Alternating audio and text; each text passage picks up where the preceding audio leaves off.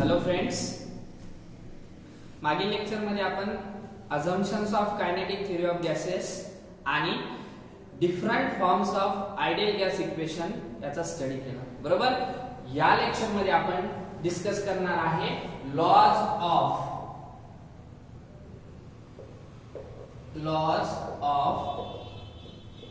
Ideal gas. Okay, laws of ideal gas. बघा, laws of ideal gas मध्ये generally 3 laws आहेत. First law जो आहे त्याला आपण बॉयल्स लॉ, सेकंड लॉ जो आहे त्याला आपण चार्लीज लॉ म्हणतो, आणि थर्ड जो लॉ आहे त्याला म्हणतो के-लिव्हसॅक लॉ. ओके, तर वन बाय वन आपण या ठिकाणी डिस्कस करू. फर्स्ट लॉ जो आहे तो आहे तुमचा Boyle's law. Boyle's law. Okay, आता बघा, बॉयल्स लॉ काय सांगते आपल्याला, at constant temperature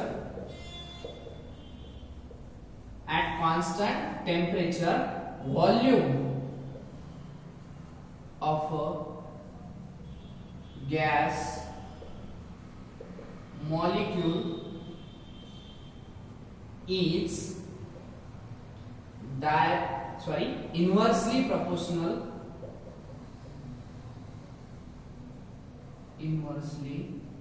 proportional to pressure. ओके, बघा, याला आपण स्टेटमेंट ऑफ बॉयल्स लॉ म्हणू शकतो. At constant temperature volume of a gas molecule is inversely proportional to pressure. ठीक आहे, याला आपण मॅथमॅटिकली लिहू शकतो. This is the volume directly proportional to inversely proportional to pressure. Okay, बघा, यालाच अजून आपल्याला मॅथमॅटिक्सच्या नियमानुसार लिहिता येते. V is equals to constant divided by pressure. याचा अर्थ असा आहे, this proportionality will be converted into equality. ठीक आहे, then multiply constant. बघा, याच्यानंतर याला लिहू शकतो आपण V into P is equals to constant. It implies that the product of pressure into volume is constant. ठीक आहे, जो सेकंड नंबरचं जे आपण बॉयल्स लॉचं स्टेटमेंट जे आहे ते at constant temperature the product of pressure into volume is constant. Okay, अजून आपल्याला याच्यापासून काही फॉर्म्युलेस तयार करता येतात. बघा, जर पर्टिक्युलर सबस्टन्स घेतला तुम्ही एखाद्या पर्टिक्युलर गॅस साठी, तर P1 V1 is equals to constant. ठीक आहे, सिमिलरली आपण लिहू शकतो P2 V2 is equals to constant. बघा, जर या दोघा धनांचा प्रोडक्ट कॉन्स्टंट आहे आणि याही दोघा धनांचा प्रोडक्ट कॉन्स्टंट आहे, तर आपण याला लिहू शकतो P1 into V1 is equals to P2 into V2. Okay, then P1 divided by P2. बघा, हा P2 जो आहे याला डिवाइड आणला, V2 जसाच्या तसा, आणि हा V1 याला divide. Okay, this is the formula for boils law. Okay, बघा परत, Boyle's law is state that at constant temperature volume of a gas molecule is inversely proportional to pressure. Okay, बघा, जे सांगितलेले volume is inversely proportional to pressure, it is possible only at constant temperature. Okay, यानंतरचा जो law आहे तो आहे Charlie's law.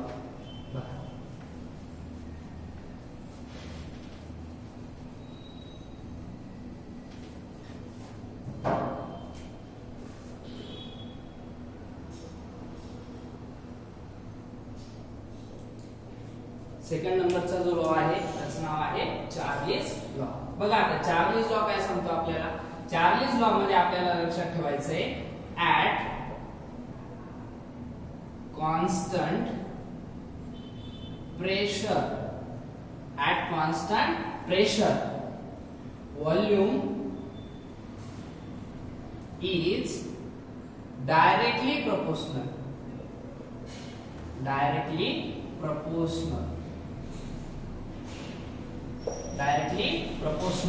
to temperature. Okay, Charles's law सांगते at constant pressure volume is directly proportional to temperature. बघा या ठिकाणी आपण म्हणणार volume directly proportional to temperature. याला मॅथमॅटिकली लिहिता येते आपल्याला volume is equals to this proportionality will be converted into equality then multiply some constant and temperature T as it is. ठीक आहे. नंतर बघा V जर हा T आपण डिवाइड ला आणला तर V divided by T is equals to constant. ठीक आहे. मग आता जसं बॉयल्स लॉ मध्ये आपण सांगितलं होतं की product of pressure into volume is constant. आता याच्यामध्ये आपण सांगणार the division of volume and temperature is constant. Okay, तर बघा याला आपण अजून वेगळ्या फॉर्म मध्ये लिहू शकतो. For particular substance V1 divided by T1 is equals to constant. Similarly V2 divided by T2 is equals to constant. बघा दोघा जणांचं जर कॉम्बिनेशन केलं आपण तर येथे V1 divided by T1 is equals to V2 divided by T2.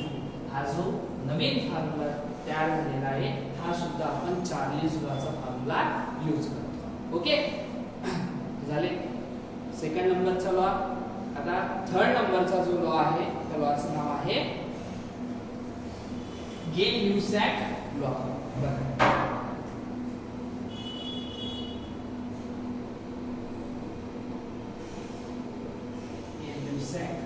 Law. Okay, Gay Lussac law काय सांगते आपल्याला at constant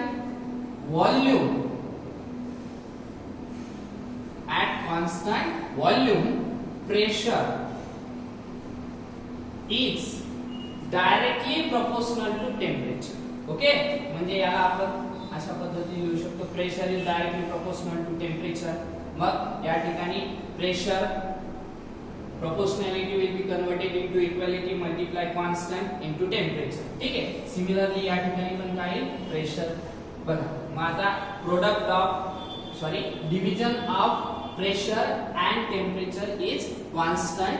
that law are called as Gay Lussac law.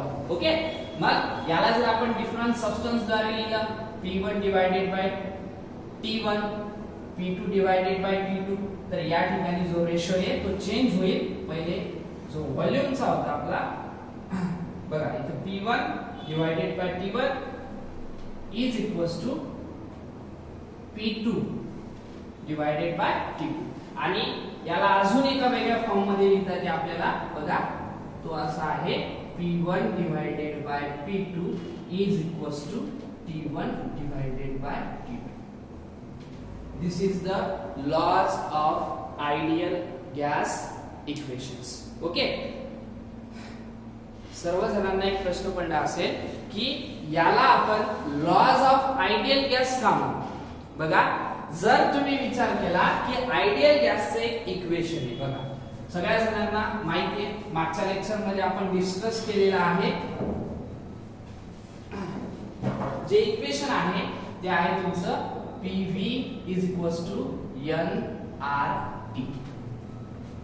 मग आता हे जे इक्वेशन तयार झालेले हे या तीन लॉ पासून तयार झालेले म्हणून त्या इक्वेशनला आपण आयडियल गॅस इक्वेशन म्हटलं. आणि ते जे लॉ ज्यांच्यापासून इक्वेशन बनलं त्यांना लॉज ऑफ आयडियल गॅस असं म्हटलं. ओके, मग आता आयडियल गॅस बद्दल आपण भरपूर इन्फॉर्मेशन शिकलो पण ऍक्च्युअल मध्ये आयडियल गॅस हा एक्झिस्ट नाही.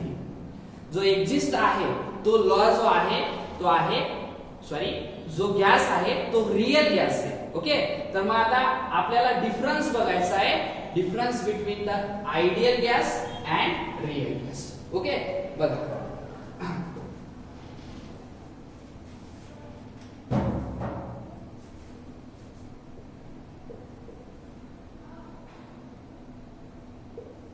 रियल गॅस आणि इकडे बघणार आपण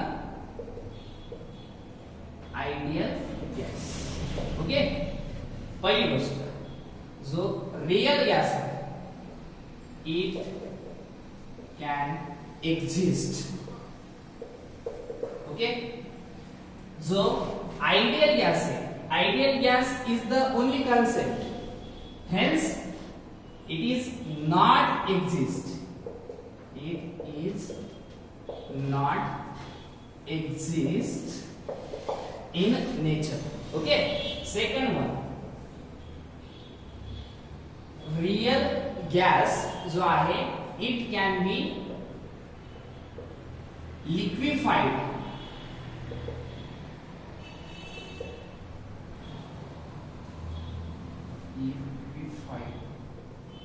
okay, it can be liquefied.